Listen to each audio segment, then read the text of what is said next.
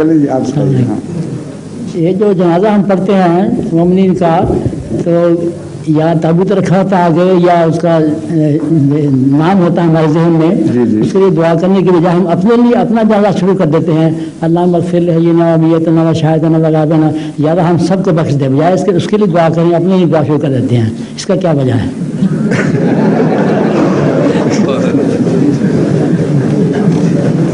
بات یہ ہے اللہم اغفر لحینا ومیتنا، میت بیچاری اس حالت میں جا چکی ہوتی ہے کہ وہ اپنے لیے اب بخشش مانگ ہی نہیں سکتی، اس کے استغفار کا زمانہ گزر گیا. اس لیے جنازے وقت اللہ تعالیٰ یہ بتاتا ہے کہ زندو تمہیں ہوش کرو، تم نے یہاں پہنچ جانا ہے. اس لیے جب تک تم اپنے لیے بخشش مانگ سکتے ہو وہ زیادہ اہم ہے بنسبت اس کے کہ مردوں کے لیے بخشش مانگو. زندہ کے لیے اول فرض یہ ہے کہ اپنے لیے بخشش طلب کرے.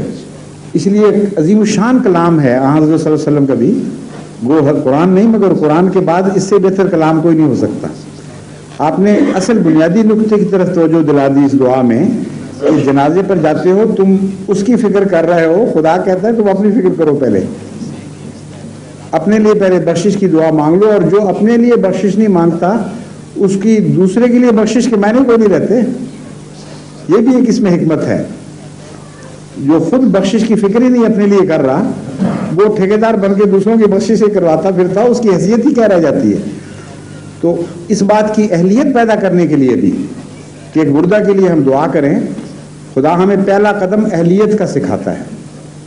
تم بخشش مانگنے کے تب اہل بنو گے اگر تم اپنے استغفار کی طرف متوجہ ہوگے. اللہم اغفر لحینا ومیتنا، پھر فرمایا میت کے لیے.